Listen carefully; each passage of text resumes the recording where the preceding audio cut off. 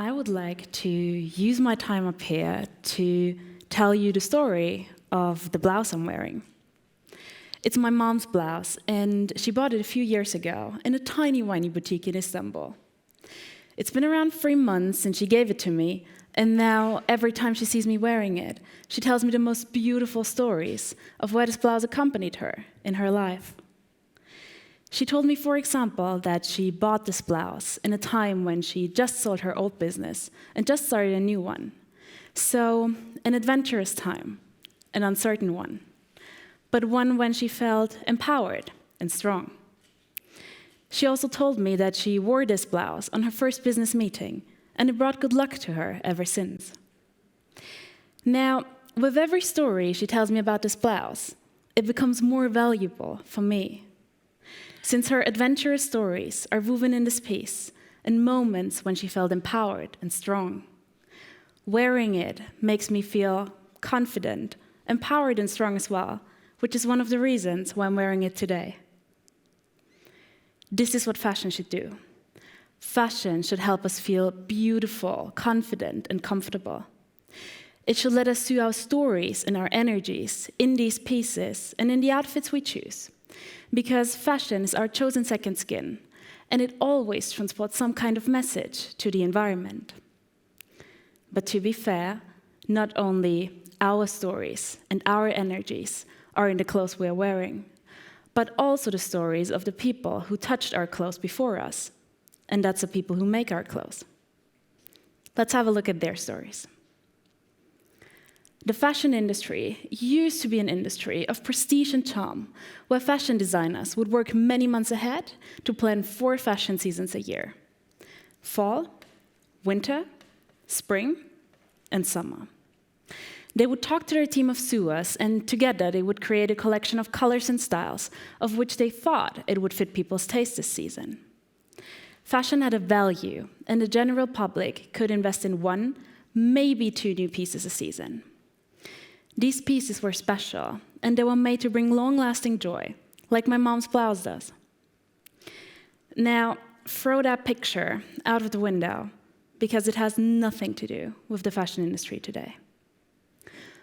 Under the radar, the fashion industry has become the second biggest polluter after the oil industry, creating more CO2 emissions than all international airline flights and maritime shipping trips combined. The fashion industry is responsible for 20% of the global water pollution. There's a saying in China that goes, "From the color of the river, we can tell the fashion trend color of the next season." This is how polluted our rivers are from dyeing our clothes. But how do we get here? The big majority of the clothes you find in stores today are classified as fast fashion. Fast fashion are trendy but cheap clothes, and it's a very new business model that just developed 20 years ago. During that time, fashion brands wanted to react quickly to fashion trends and make their clothes accessible to as many people as possible. In order to be able to offer a lot of clothes at a cheap price and still be profitable, fashion brands moved their productions from local fabrics to developing countries, where there are no safety regulations to take care of, working conditions are poor, and there are no fair wage standards. Today, fashion brands are not producing 4 seasons a year anymore. They're producing 52 seasons a year. So new clothes every week. And the marketing tells us to buy these clothes every week. Fast fashion marketing tells us that the tool to solve the problems in our life, and we all have problems in our life, is through fashion consumption. So these beautiful photos and videos and ads tell us that once we buy that shirt, we'll look wonderful and we'll be appreciated and loved. So you buy that shirt, and at home you realize you don't look as wonderful as you thought you would, and your partner doesn't appreciate and love you more now. But here's another shirt you can buy. See, in fast fashion, everything has to happen fast. It doesn't matter if that t-shirt lasts long. It doesn't even matter if it fits properly. All that matters is to create unnecessary demand, so what you bought last week is already out today, to speed up fashion trends, and to make clothes cheap enough that you can buy more and more often. Whenever I see a piece of clothing that is really cheap, in my mind, I go through the manufacturing process, and I can't help but wonder how it's possible that it's so cheap. Whenever I see a t-shirt for 10 euros, I ask myself, how does the cotton get grown, ginned, spun, woven, dyed, printed, sewn, packed, shipped, all for 10 euros? We do not realize how many lives we are touching, how many stories we're wearing daily, all because our payment doesn't pay for their wages. Fast fashion is only cheap on one side of the world. Someone, somewhere, is paying the price. We are just not hearing their voices. But today we are. I would like to take you on a ride where we look behind the scenes of the fast fashion industry and start at the beginning, which is the material that our clothes are made of. Over 70% of the clothes you find in stores today are made of synthetic fibers, like polyester. Polyester, for those of you who don't know, is plastic made of fossil fuels. So these plastic bags that are not allowed to be handed out in supermarkets anymore, we're wearing them now. See, the big issue with polyester clothes is that every time we wash our clothes, tiny pieces of plastic, called microplastics, are removed from the clothing.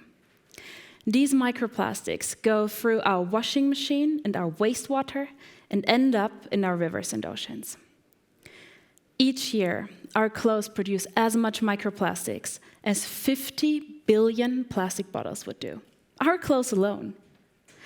Actually, it is said that if we continue like this, in 2050, that is not so far from now, we will have more plastic than fish in the ocean. Talking about fish, fish are not able to tell the difference between plankton and microplastics, so they unknowingly eat these plastic fibers, including all toxins and industrial chemicals. Too much plastic clogs the fish's stomach, so they die because their stomach won't let any more food in. These are also the very same fish that end up on our dinner plates, including all toxins and industrial chemicals. So you can tell by now that I am no fun when it comes to fast fashion. So my friends don't take me on shopping trips anymore. They're going without me. But some time ago, a friend of mine called, and she goes, "Lara, I found this super cool piece in my favorite color, and it fits me so well. And since you always say, don't buy polyester and check the material, I did, and guess what? It's 100% cotton." So that's great, right? Natural fibers, here we go. I'm telling you the same today as I told her back then. I wish it would be that easy. Conventionally grown cotton is one of the most polluting agricultural products because of the immense number of toxic pesticides that is needed to grow. Before fast fashion, farmers could grow their cotton naturally and slow because it wasn't needed that much of it, and it wasn't needed that fast. That is not possible anymore with the huge amount of cotton that the fashion industry requests, so farmers have no choice but to work with pesticides. The WHO has classified 8 out of 10 pesticides that are used in conventionally cotton growth as dangerous for the environment and for people. So these pesticides pollute our soil and groundwater. They're toxic for the farmers standing on the fields every day and for the communities around them. A lot of our cotton comes from the Punjab area in India, where there has been a dramatic rise in the number of birth defects, skin irritations, cancers, and mental illnesses since they started growing cotton for the fast fashion industry. Now, wearing pesticide-polluted cotton and other material that has been treated with heavy chemicals is bad for the environment, and it makes farmers sick. But it's really bad for our health, too. We can absorb chemicals through our skin. Some scientists fear that a number of chemical components found in plastic waste, and therefore in polyester, may mutate our genetic material and cause cancer in the long term. Other studies have already linked pesticides in clothing to health issues at the consumer, including asthma, allergies, neurotoxicity, and kidney and lung disorders. So, up until now, I did give you a little introduction into fast fashion, and I told you about some materials and its consequences. But I didn't answer my initial question, did I? My initial question was, what is the story of the people who make our clothes? And the reason why I didn't answer that is because a lot of times, we don't know. A lot happens behind closed doors, but what researchers and journalists could find is far off the shiny picture that we have in our mind. Even though they work for the most profitable companies in the world, fashion producers in China, Bangladesh, Cambodia, and Vietnam work under terrifying conditions, get extremely low wages, work 12 hours or more, work with toxic chemicals, as you know by now, and no safety regulation, and are met with verbal and physical violence once they try to ask for better conditions.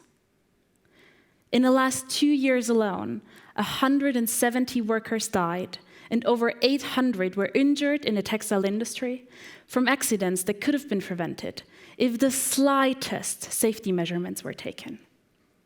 These are accidents from burning buildings because they're not fire-prone and doors are locked from the outside, so workers can't get out during working times. And from losing hands because the safety measurements on the machines are turned off so they can work faster. Imagine losing your loved one in a fire because their boss locked the door from the outside. Or losing one hand simply because the machine doesn't work fast enough to our standards with the safety measurement on.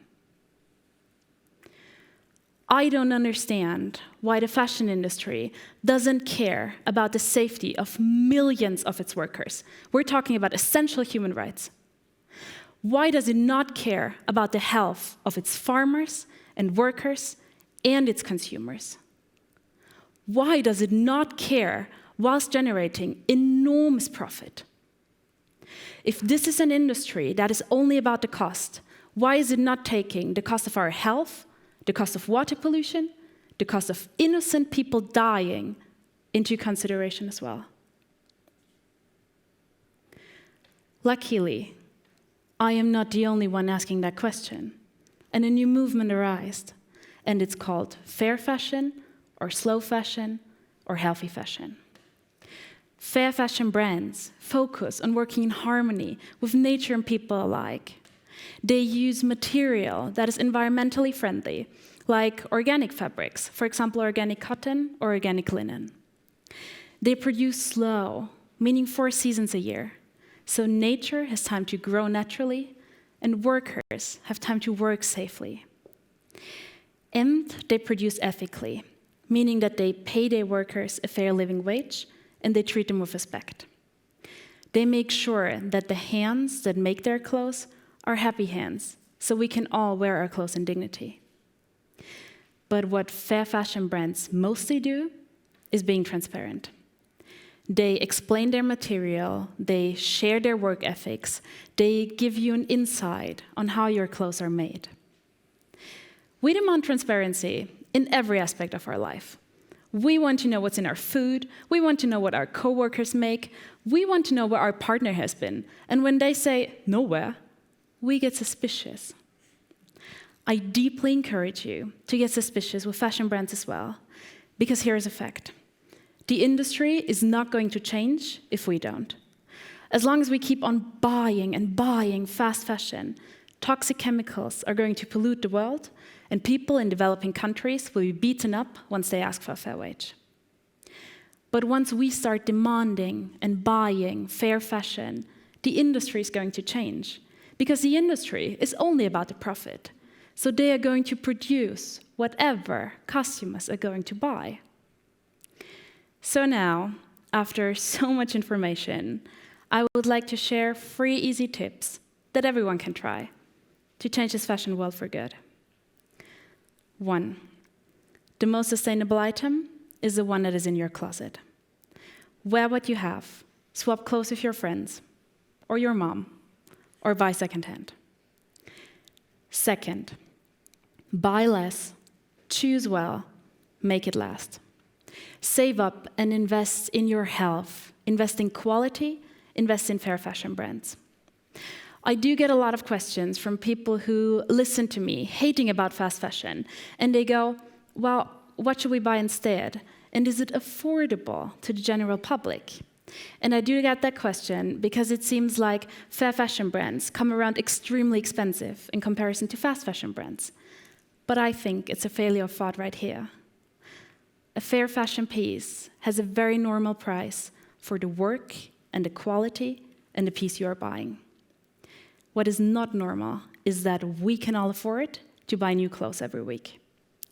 That is what's not normal, not the price of the fair fashion piece. Also, investing in quality is so much cheaper in the long term because your clothes stay pretty over time. So it's a real win for you. And last but not least, look at the care label. All clothes in the EU must have a care label, and it gives you all the information that you need. It tells you where your clothes are made and what your clothes are made of. Turkey, Portugal, Serbia, alongside some other places, are the fair fashion places to produce in. So these are usually a good sign. And as for the material, if you don't want to have it too complicated, there's an easy saying to remember, and it goes, you should panic unless it's organic. Buy clothes made of organic cotton, organic linen. Fair fashion brands are even producing leather imitations out of pineapples and mushrooms now. So there are beautiful innovations happening. And there is so much more beauty in wearing something healthy and clean. I deeply encourage you to wear clothes that tell a beautiful story, wear clothes that have a value, and wear clothes that bring joy to your everyday life. These 3 tips are small acts, but multiplied by millions of people, they can really transform the world. If you take only one thing from my talk today, I want you to remember that every single one of you, as a consumer, with your unique consumer choices, has enormous power. It's time to use it. Thank you.